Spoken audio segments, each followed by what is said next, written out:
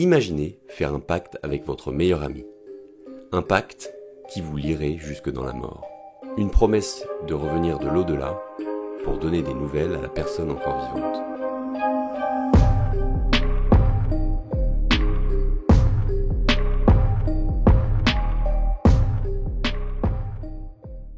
En 1965, un jeune étudiant de 15 ans nommé Bézuel se lia d'amitié avec deux frères, eux aussi étudiants et fils d'un procureur de camp, Monsieur Dabaken. Le plus âgé avait le même âge que Bézuel, tandis que le plus jeune, Desfontaines, était son cadet de 18 mois. Desfontaines, dont le caractère s'accordait mieux avec celui de Bézuel que celui de son frère aîné, noua avec ce dernier une amitié profonde. Un jour de l'année suivante, en 1696, alors qu'ils se promenaient, ils lurent ensemble une histoire racontant l'amitié de deux hommes qui s'étaient promis que le premier à mourir viendrait informer l'autre de son sort.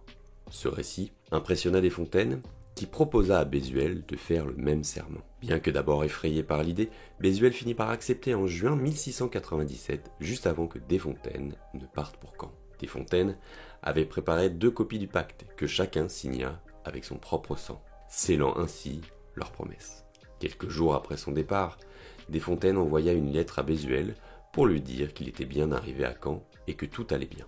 Cependant, peu de temps après, la correspondance s'interrompit, laissant Bézuel inquiet. Le 31 juillet 1697, alors que Bézuel se trouvait dans une prairie avec ses camarades, il ressentit soudain un malaise qui se répéta les 2 jours suivants.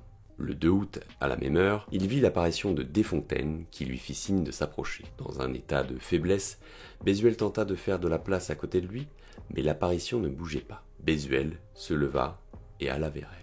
L'apparition saisit alors son bras et l'emmena à l'écart pour lui annoncer qu'il s'était noyé la veille dans une rivière près de Caen. Desfontaines raconta en détail les circonstances de sa mort, ajoutant qu'il avait tenté de s'accrocher à un camarade. Mais celui-ci, pensant qu'un poisson l'attaquait, le repoussa. Desfontaines confia également d'autres informations à Bézuel, mais celui-ci les garda secrètes, soit par respect pour son ami, soit pour d'autres raisons.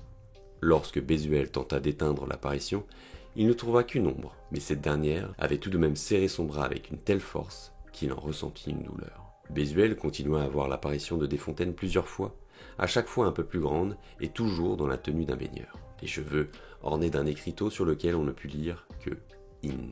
L'esprit d'une voix semblable à celle qu'il avait de son vivant n'exprimait ni tristesse ni joie, mais une sérénité totale. Il chargea Bézuel de plusieurs messages pour ses parents et lui demanda de réciter les 7 psaumes de pénitence, imposés par son confesseur 3 jours avant sa mort, mais qu'il n'avait pas encore dit. Finalement, après plusieurs semaines, les apparitions cessèrent, et Bézuel conclut que son ami avait trouvé la paix, son purgatoire étant terminé. Et voilà, c'était l'incroyable histoire de Bézuel et Desfontaines. Si vous aimez les histoires mystérieuses et surnaturelles se passant dans notre belle Normandie, laissez-moi un commentaire. Si vous-même vous avez des histoires et des anecdotes du genre, n'hésitez pas non plus. On est de plus en plus nombreux sur la chaîne et ça fait chaud au cœur. Partagez, likez, abonnez-vous si c'est pas encore fait. Et sur ce, bonjour.